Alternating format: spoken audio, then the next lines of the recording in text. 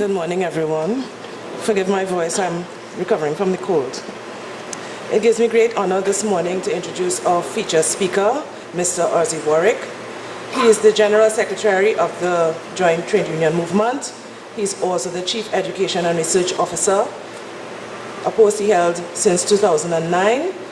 He is also an Executive Trustee of OWTU. Comrade Ozzi is an elected member of the Presidential Council of the World Federation of Trade Unions and is also a founding member and General Secretary for the Movement of Social Justice. He also hosts a weekly radio program called Take a Stand for Trinidad and Tobago. Previously, Comrade Ozzi has worked extensively internationally, working with organizations such as UNAIDS, bilateral organizations such as the German Technical Cooperation, GTZ, and in the Dominican Republic, as well as international NGOs such as the International HIV/AIDS Alliance. As a trade unionist, social and political activist, he has participated in numerous national, regional, and international forums, delivering and facilitating many papers, presentations, and sessions. Currently, he holds a Bachelor of Laws degree from the University of London, as well as a postgraduate certificate in human rights law and a postgraduate diploma in economic regulations. I've had the opportunity to meet him and I've known him for quite a long time. It gives me pleasure once again to introduce to you Comrade Ozzi Warwick.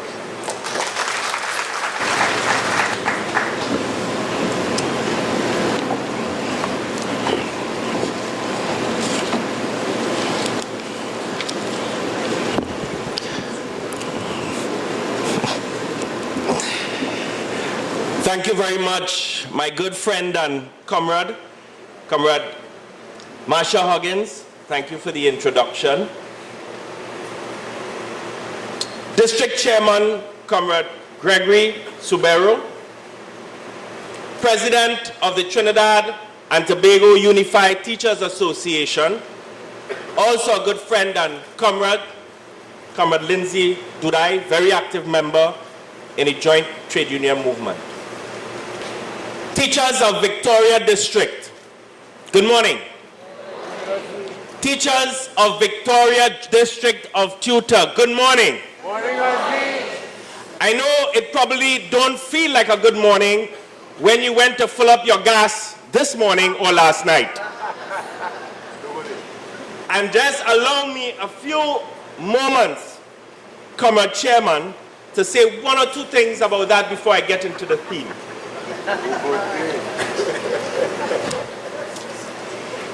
You don't find it interesting that our bourgeois economists, commentators, and all of the armchair critics have been telling us that we need to close the deficit, and that we have to bear the burden of closing this deficit. You ever find it strange that this deficit only started to arise with the collapse of CL Financial? In other words, don't you find it strange that the economists don't talk about the fact that taxpayers had to spend $23 billion to bail out a private enterprise? Why you think that is? Because they do not want to come to terms with the fact that the free market neoliberal economy that we've had has cost taxpayers $23 billion. And now we have to bear that burden. The second thing, subsidies. The economists have been telling us for years, drumming it into our heads, subsidies too high. We can't be paying all of these subsidies. And two things, they do not tell us the nature and the philosophical reason why we have a subsidy. And two, the fact of the matter is that Trinidad and Tobago actually has one of the lowest percentage, now we're talking about percentage of GDP in terms of our subsidies. Some 30 countries pay higher percentage of GDP in subsidies, more than Trinidad and Tobago. But they have convinced us to accept the fact that we don't need subsidies, not understanding that it is a proven fact that subsidies are the only mechanism in place that can ensure that every single citizen in this country, poor and rich, the vulnerable, can benefit from the natural resources of this great land. And thirdly, and then I'll get into the team, I promise. They have already started to drum into our heads, WASAT bill too low. We're paying too little for water. We're paying too little for electricity. And we now sitting down there listening to them saying, good boy, yeah boy. You really? So little we paying for water. But what they do not tell you, because they're telling you that, well, they're telling all of us that, but you know what they're not doing? Why don't they talk to the big corporations? You see, the reason why we have cheap electricity and water, let's be clear, it has nothing to do with us, you know. It has to facilitate big industries. So why now you must make me feel guilty of paying low T&Tech, low WASA, because we are indeed an oil and gas producing country, and not talk to the big industries, the big malls, and they're building more and more malls, C3, C4, C5, building all of them. In fact, our position is they should pay a higher electricity bill and water bill, and let us, the ordinary citizens, enjoy. It reminds me of the Bob Marley, no, I'll go with the son first, Damian Marley song, when I listen to the budget. So sad to see the old slave mill, grinding slow, but grinding still. Well, to say quite frankly, that thing grinding at a fast pace. And also to repeat his father's words, how many rivers we have to cross before we can see the boss. It seems that all we have got, we have lost. Comrades all, as I go into this theme, I want us to keep that in the back of our heads, because I am going to go into a very deep topic here this morning. And I want you to bear with me as we go on this journey together. We're celebrating World Teachers Day. But you know what's unfortunate? That though teachers, one of the most central, vital professionals in society, teachers do not receive the respect they deserve in Trinidad and Tobago. And I say that without apology at all. They don't get it. And I'll go into why in a little bit. 10 years ago, in 2007, you know what the Teachers' Day message was? I quote, "The challenge is more than one of numbers. The quality of teachers and teaching is also essential to good learning outcomes. This implies an education system that attracts and retains a well-trained, motivated, effective, and gender-balanced teaching staff. It implies a system that supports teachers in the classroom, as well as in their continued professional development. Dissatisfaction with loss in status, low salaries," yes, I said it, low salaries, poor teaching and learning conditions, and lack of career progression or adequate professional training have driven large numbers of teachers out of the profession, sometimes after only a few years of service. 10 years later, 2017, do you think this analysis has changed? Do you think it has changed? No. And therefore, I want to really use this opportunity to thank all of you all who've stayed in the profession under the kind of conditions in which teachers have to bear, the burden and the cross that you have to bear. I really think you should give yourselves an amazing round of applause. Incredible, incredible service to this country. I'd like to turn to the theme and approach it in a fairly methodical manner. That will show that there is indeed a threat to humanity. And we will only, through a deeper understanding of teaching and freedom and what it takes for a society to empower its teachers, will we be able to defend humanity. Now, your president, in his presentation, I felt outlined very, very clearly the kind of conditions in which our nation teachers have to work in 2017. So I'm not going to try to repeat that, the threat to teachers. And I really want you to give the president a round of applause for that comprehensive analysis. I learned quite a lot. When it comes to the notion of freedom, we as a society know so much about it. The indigenous people fought for their freedom against the Spanish invaders. The slaves brought here from Africa and other parts of the Caribbean fought for their freedom. Indentured laborers from India fought against indentureship. Together, we fought against colonial powers. And in the 70s, we fought for freedom, to be free from discrimination. Our history is filled with epic struggles for freedom, whether it's from the Arena Massacre in 1699, to the slave uprising on the plantations, to the Cambule riots in 1881, the Jose riots right here in San Fernando in 1884, the water riots in 1904, the general strike in 1919, the general labor riots and insurrection in 1937, and the Black Power Revolution in 1970. Our very cultural experience in music and festivals were all grounded in the very notion of freedom. But our freedom and our notion of freedom is not the experience of individual liberty, but it's rather the experience of the collective will for self-determination. It is that what helped forge our identity.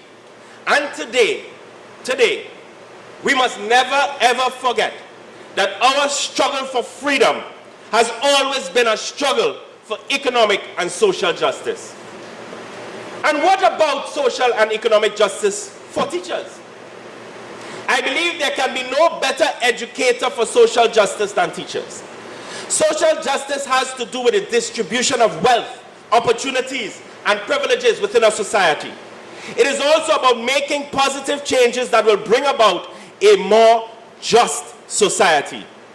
Teachers do this every day in many ways, giving students opportunities for seeing how radical change happens and how they can be both actors and leaders in creating change. Don't you do that every day? No? Yes. You're not sure? Yes. You all don't do that every single day? Yes. I think so. I know so. You know why? I was a student, don't forget. I had teachers in primary and secondary school and I love them all.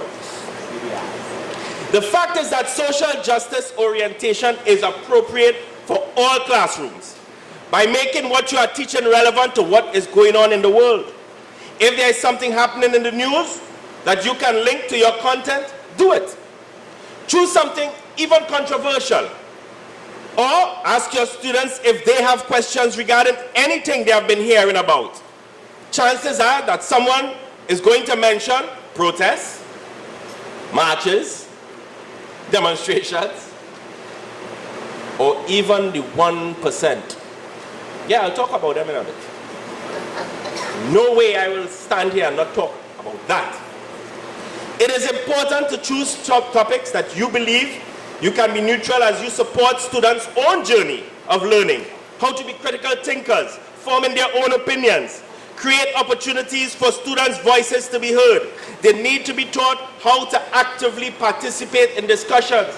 And my God, sometimes when you look at social media, you really wonder, what kind of discussions are we having as a society?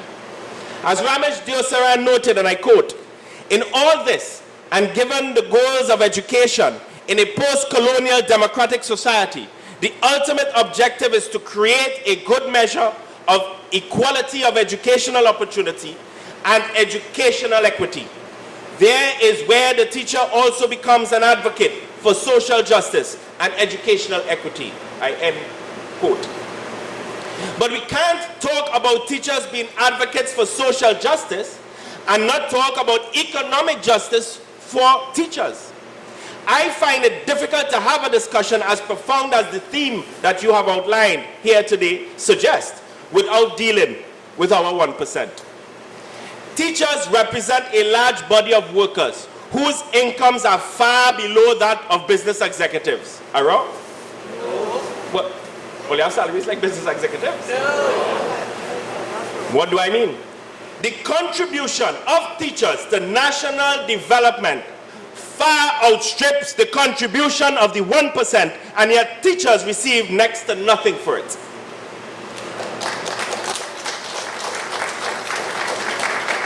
Yeah, I'm going to deal with some hard topics this morning. I spoke to a teacher who have been teaching for some 18 years, and I asked, by the way, by chance, about how many students have you taught? And her reply shocked me. She said about 500. Is that number more or less correct? It could be more. When you think about the interactions, it stretches to thousands. The average salary of a business executive in this country is $100,000 per month. Could be more. And their contribution is only to the corporation they serve, whilst teacher earns more than 10 times less. But what is the output of our nation's teachers? Well, this year 18,180 students sat SCA, and some 21,533 students wrote CSEC. That is real people, real flesh and blood with dreams and aspirations who can contribute to this country. Flesh and blood that can shape our society. Yet a teacher's salary is nothing compared to these executives. This will suggest that the collective wealth of all teachers is nothing compared to the wealth of the 1%. The point is that massive economic inequality has become the global status quo, and certainly right here in Trinidad and Tobago. But why do you think we could never get data about inequality in Trinidad and Tobago? You have always seen whenever unions are in struggle, they're quick to publish workers' salaries. But you ever see the executive salaries? You ever see what the 1% wealth is actually in real concrete terms is? No. The current economic model, with its strong focus on profit-led growth, is increasingly recognized for its role in perpetuating this inequality and poverty. And women are impacted disproportionately. Women are wrong? No. Women, am I wrong? The rising power and extended reach of corporations in the current era of globalization and extreme inequality are urgent challenges confronting women and oppressed people today. And I speak specifically of women because for too long as societies we underestimate, underrate the incredible contribution of women in our society. Men, you can clap too, you know.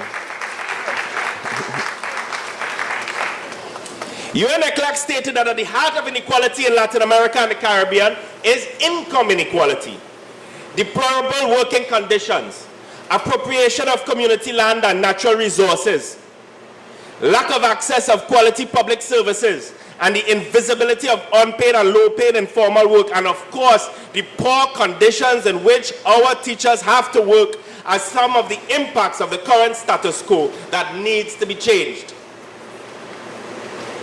And I want to turn to our system of governance and our education system. Our education system emerged out of colonialism, just after the end of slavery. When the British captured the island of Trinidad in 1797, after 3 centuries of Spanish rule, the Roman Catholic Church and some private bodies had already attempted to start few schools by incorporating both primary and secondary education. The system of governance chosen when the British took Trinidad for this newly acquired colony was the Crown Colony system. In 1825, Williams records that there were only 6 schools in the island of Trinidad. 1 was an English female boarding school, 3 were French day schools in Port of Spain, 1 school was maintained by the Cabildo for teaching the English language, and a small day school was being operated in an Amerindian village where only Spanish was taught. Then came emancipation.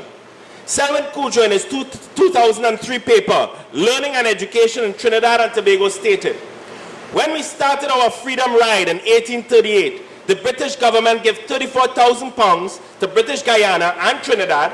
Tobago was not yet a part of Trinidad, to be applied to purposes connected with the dissemination of religious instruction in one form or another throughout the country, end quote.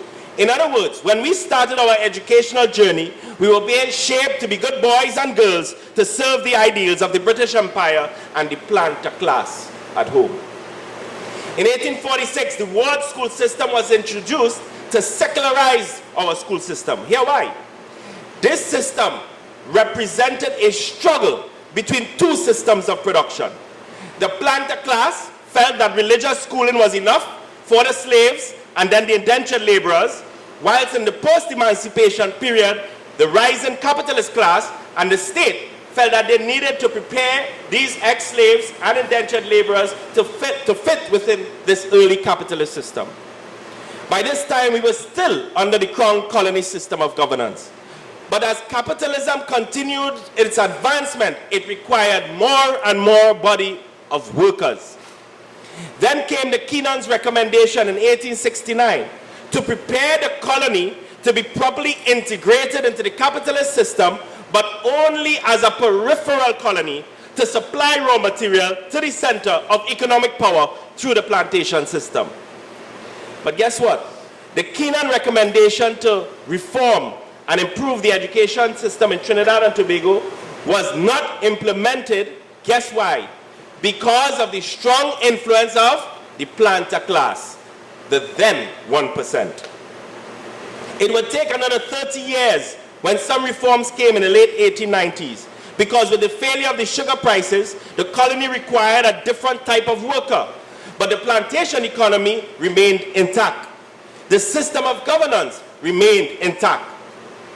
The education system is therefore grounded in this plantation economy. The education system is not an abstraction, but key to how education is treated at a fundamental level.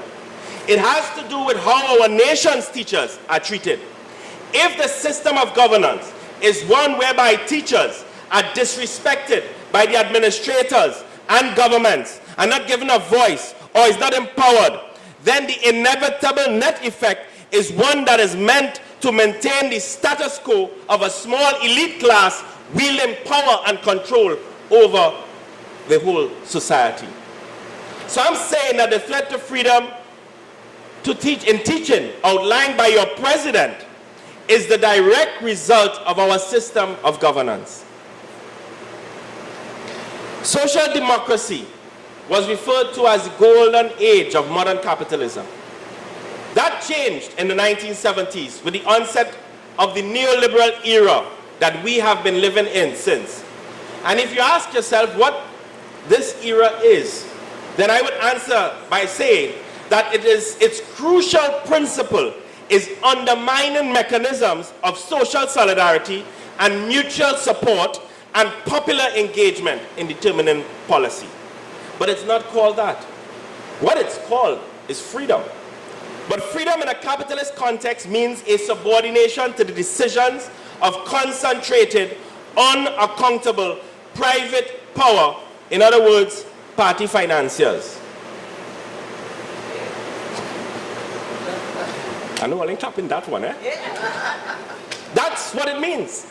The institutions of governance that could allow people to participate in decision making are systematically weakened. Remember, Margaret Thatcher said it rather nicely. There is no society, only individuals.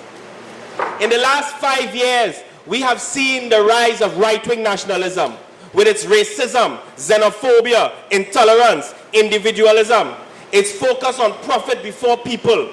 Whether it's Marine Le Pen Front National in France, Brexit in the UK, and the elections of this wild, crazy man called Donald Trump.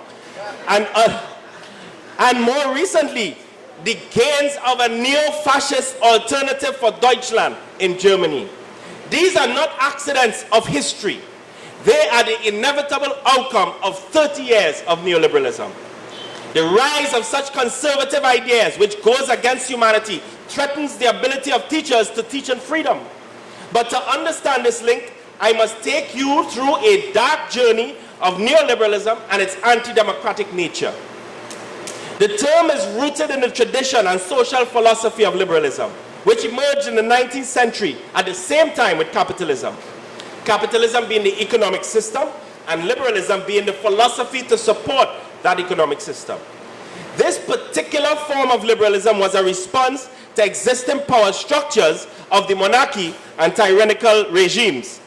It was the goal of liberalism, as articulated by Locke in 1688, to liberate the individual from the oppressive feudal system, but not liberate the enslaved from the system of slavery. But two strands of liberalism emerged. One was the laissez-faire, pursued by the Americans, and then there was something called welfare liberalism, pursued in the UK. However, the Great Depression showed the internal weakness and failure of capitalism to resolve its own internal contradictions. This led the world to shift away from this liberal capitalist model and pursue the more social Keynesian model. But there were those who could not accept this, as it stripped away the philosophy that placed the individual over the community.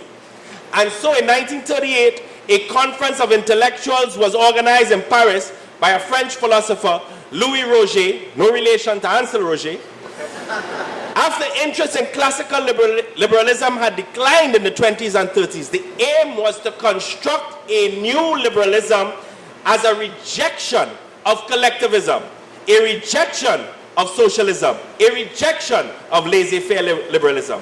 And it was at this meeting, Alexander Rostoy referred to the rejection of what you call old laissez-faire liberalism, hence ushering new neo-liberalism.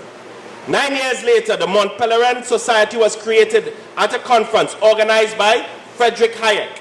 It was Hayek, considered the father of neoliberalism in his classical The Constitution of Liberty, that articulated the neoliberal version of freedom. It was this notion of freedom that Margaret Thatcher and Ronald Reagan used to usher into this modern age free market-driven neoliberal capitalism. But what is freedom neoliberal style or right-wing freedom? It means freedom from trade unions and collective bargaining, which means the freedom to suppress wages. Freedom from regulation means freedom to poison rivers, endanger workers, charge ridiculous rates of interest, and you're going to see rates going up when the bankers have their way in January, and design complicated financial instruments. It is this notion of freedom that creates problems for what we can call democratic education. And if we are not careful, we can find ourselves teaching in the wrong notion of freedom. This is one mistake we will not make, and we'll see why. The neoliberal conception of freedom creates an ethical dilemma between the freedom and democratic education, especially in a society like ours. According to Robert Caraba, in his classical paper, Challenging Freedom, Neoliberalism and the Erosion of Democratic Education, he highlighted three philosophical assumptions of neoliberal freedom: individualizing the freedom, naturalizing freedom, and submitting to freedom. Democratic education, or teaching in freedom, is viewed by the right and neoliberal proponents as being against liberty. Following the right would mean no democratic citizenship, moral and character education in schools. There is a lack of discussion about teachers' civic mission, roles, and goals. To quote Robert Caraba, quote, "How can we foster alternative notions of freedom, such as Lincoln's Republican sense of liberty, as collectively inquiring and deciding," and here's the key part, "how we rule ourselves? We must intentionally challenge the neoliberal notion of the value of freedom and the usefulness of its associated philosophical assumptions." Close quote. Digging deeper into this question and your very deep theme, I wish to state clearly that the market-driven logic of neoliberal capitalism continues to devalue all aspects of the public interest. Teachers are increasingly reduced to the status of technicians, removed from having any real control over their classroom or school governance structures. What has happened is that job readiness for students is privileged over other educational values, such as identity, solidarity. It is here when I think about teaching in freedom and teachers' empowerment, I cannot help but think about Paulo Freire's critical pedagogy. According to Aronowitz, critical pedagogy helps the learner become aware of the forces that have hitherto ruled their lives and especially shaped their consciousness. It is also to help us set the conditions for producing a new life, a new set of arrangements where power has been at least in tendency, transferred to those who literally make the social world by transforming nature and themselves. Freire was clearly of the view that what makes critical pedagogy so dangerous to ideological fundamentalists are the ruling elites, the 1%, religious extremists and right-wing nationalists all over the world and right here in Trinidad, is that central to its very definition is the task of educating students to become critical agents who actively question and negotiate the relationship of power. Critical analysis and common sense and learning are geared towards social change. One of the fundamental tasks of educators is to make sure that the future points the way to a more socially just world. In our context, it is pointing the way to a more socially just Trinidad and Tobago. This has to be taken in the context of the dominance of the 1% and their control over the future of our country. Education cannot, must not, is not neutral. Education as a practice for freedom must expand the capacities necessary for human beings to fulfill their fullest potential. And therefore, the idea that those who push neutrality about neutrality of education is only to serve the existing paradigm and the existing status quo. Education should be to ensure that the idea of creating a just and fair society is integral to democracy. Teachers are one of the last collective category of working class intellectuals. And therefore I have a profound faith in the ability of ordinary people, ordinary students taught by ordinary teachers. It is my strong belief that they can shape history and become a critical change agent in shaping our own destiny. Democratic education connects the learning process with these fundamental values of our society. It sees young people not as passive recipients of knowledge, but rather as active co-creators of their own learning. They are not the products of an education system, but rather valued participants in a vibrant learning community.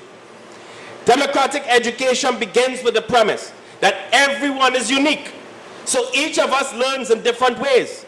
By supporting the individual development of each person within a caring community, democratic education helps young people learn about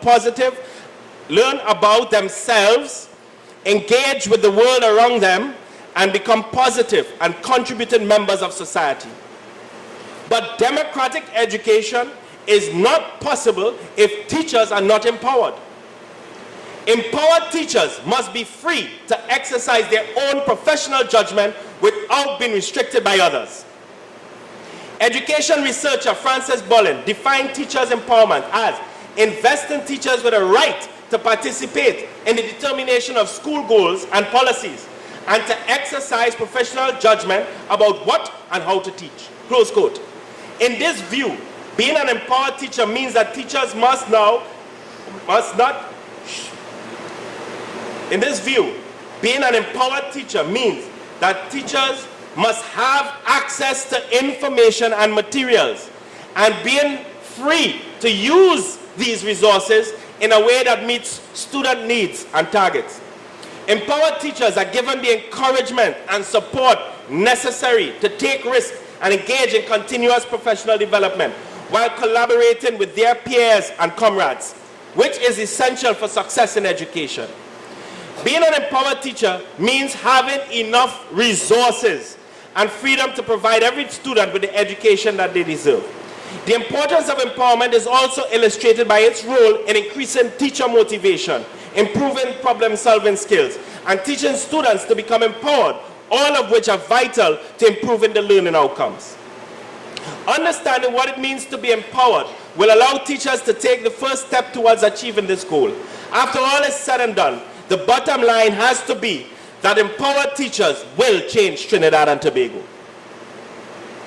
In the context of professional learning, Learning Forward and a paper by the National Commission of Teachers in Americas define teacher agency as the capacity of teachers themselves to act purposefully and constructively to direct their own professional growth and contribute to the growth of their fellow colleagues. Close quote. Rather than responding passively to learning opportunities, teachers have agencies that are aware of their part in their professional growth and make learning choices on their own to achieve their goals. For years, educators and policymakers have referred to ongoing education for teachers as professional development training that teachers receive.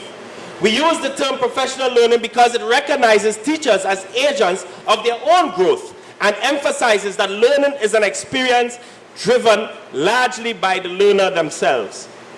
Educators would probably agree that out of all the professions, the voice that have the least amount of power seems to be that of teachers. Teachers are the least heard of any profession when you consider doctors, lawyers, engineers, when voicing desires, yet their contribution far outstrip the others. Am I not correct?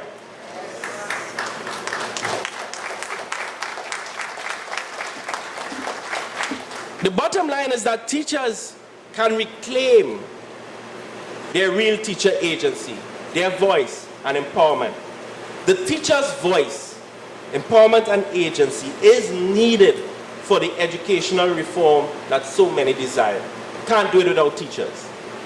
More than ever, you are the most vital, one of the most vital part of this national construct.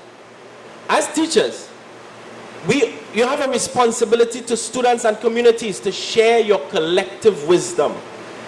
Can you imagine the collective wisdom in this room right now?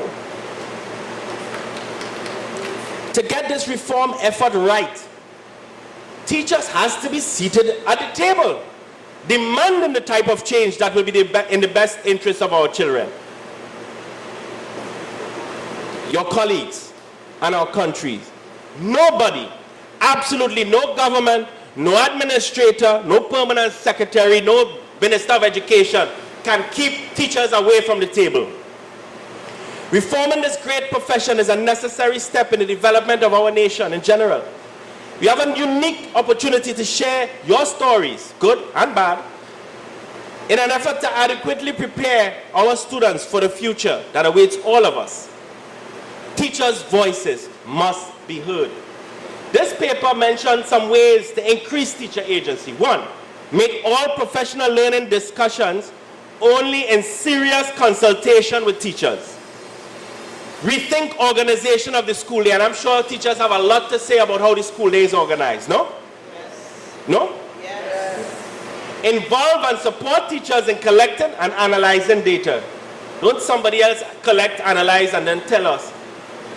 Give teachers choices regarding their own professional learning. As I begin to wind down, I want to talk a little bit about teachers and revolution. When the Indian communities of Chiapas in Mexico rose in armed rebellion in 1994, they spoke boldly of values, rights, identities, and expectations. Their language struck a chord for most Mexicans, for it was the cultural legacy of the revolution of 1910. Mary Kay Vaughan, a researcher, analyzed the educational effort of the state during the 1930s, locating it within the broader sweep of Mexican history to illustrate how the government sought to nationalize and modernize rural society. Vaughan focused on activities in rural schools where central state policymakers, people of the countryside, and teachers came together to forge a national culture. Cultural politics and revolution clearly shows the role of teachers in expanding the social arena in which culture was constructed and contested. Teachers were critical in the Mexican Revolution, the Bolshevik Revolution, the Cuban Revolution, the Chinese Revolution, and the Grenadian Revolution. And in the recent Arab Spring, and more recently in the Arab Spring, and right now as we speak, teachers are playing a critical role in reshaping Venezuela, Bolivia, Ecuador, South Africa. Education has played an important role in these uprisings throughout the world. These revolutions were not propagated by simply well-educated youth. These uprisings were spurred by the needs and demands of poorly educated youth whose knowledge and skills did not meet the demands of a rapidly growing capitalist world. Trinbagonian Bruce Paddington wrote an excellent article entitled "The Teacher as Revolutionary." And he said, I quote, "As a student in London, I visited the grave of Karl Marx in Highgate Cemetery. The following words taken from Marx's famous thesis on Feuerbach were engraved on the tombstone. The philosophers so far have only interpreted the world. The point is to change it." Close quote. And I continue his quote. "Many people, especially young people, are very aware of the many problems that exist in the world and in their country and want to do something to improve the situation. But how can they make a difference? One way might be to become a teacher, a revolutionary teacher, as teaching provides the opportunity to make a profound difference in the lives of young people and a significant impact on the society." Close quote. Let us look at the role of a teacher who functions as a virtual and surrogate parent, providing guidance and advice to those under their charge, playing a critical role in character formation and the development of value systems. Isn't that all the things that you do? It's not just teaching math, English, social studies, and so on. Teachers have to deal with all types of things that I heard this morning, including violence in the classrooms and in schools. Teachers have to deal with the scourge of discrimination and prejudice. Our teachers, notwithstanding all of this, treats all students with respect, refusing to treat them any differently because of their race, ethnicity, religion, social background, or gender. The teacher can thus be an agent for positive change, a true revolutionary. In conclusion, given the rise of neoliberalism and its threat, it will be our teachers, liberated through empowerment and teacher agency, who will prepare our society to follow our own destiny. We only have to look at our own contradiction in Trinidad and Tobago to know that neoliberalism has failed us. Between 2000 and 2015, this country has spent approximately $750 billion, and yet we rank low, holding 59th place in the Human Development Index. In addition, we have spent over $50 billion on education, and can we clearly see that the state of our schools and the terms and conditions of our nation teachers, does that reflect the investment? No. It does? No. It is in this context that the Joint Trade Union Movement and the Oilfield Workers Trade Union support the Trinidad and Tobago Unified Teachers Union in their struggle, Teachers Association, in their struggle for better terms and conditions for our nation's teachers. This mismatch of billions of dollars spent in education and still so much suffering for our nation's teachers is a manifestation of the plantation economy and a system of governance built to protect and sustain the 1%. Supporting this system is neoliberal globalization. This is what our teachers have to contend with. Even as revolutionaries, they can begin to awaken the burning fire that lies dormant within our young people as well as within themselves. The predominance of foreign music, television programs, cable TV, social media, internet, smartphone, iPhone 1, 2, 3, 4, 5, Samsung 8, 9, 10, 11, promotes values and attitudes that are often diametrically opposed to the ones teachers are trying to instill in their students. Teachers therefore have the added burden and responsibility of having to provide the students with skills to decode through all of that and to understand this world around them in order to help them to develop a sense of identity and national pride. These are things business executives, they don't do that. The 1% don't do that. You do that every single day. The challenges faced by our students in the 21st century are so overwhelming that teachers have to be retooled and provided with the necessary resources and incentives as they redirect themselves to perform this expanding roles as educators. But here's the sad part. The society is expecting you to perform these expanded roles, but are your terms and conditions expanding and improving? Our teachers will be revolutionaries. They are in the battle to ensure that our young students become valuable citizens in a new, just, caring, and tolerant society. But whilst we have become, and this is what is so the contradiction, when you look at social media today, we have become more intolerant of our fellow human beings, but yet we have become tolerant. So we are intolerant of our fellow human beings, but we are tolerant for inequity, social and economic injustice, and we are tolerant of the 1%, but we are intolerant of ourselves. In the late 50s, it was teachers that provided a platform, building on the foundation constructed by the labor movement to usher in independence. People forget that? Well, today teachers of Victoria District, today, you must once again provide a platform to steer our beloved nation away from free market neoliberalism and move towards a new society, a new Trinidad and Tobago, a new society that has the power to determine its own destiny on the basis of equity, social justice, and a decent standard of living for all of us, the 99%, every single one of us, that we deserve as a country, as a society, and as a nation. And we must relentlessly pursue that goal to create such a society. Rid ourselves of the shackles of the plantation economy. Liberate our own minds. Liberate ourselves so we can indeed find a future for our children, our grandchildren. Not a future defined by someone else for us, but a future that is defined by ourselves. Long live the revolutionary teachers. Long live TTUTA. Long live the working class of this great nation as we all go forward ever, backward never, forward ever, backward never. Thank you.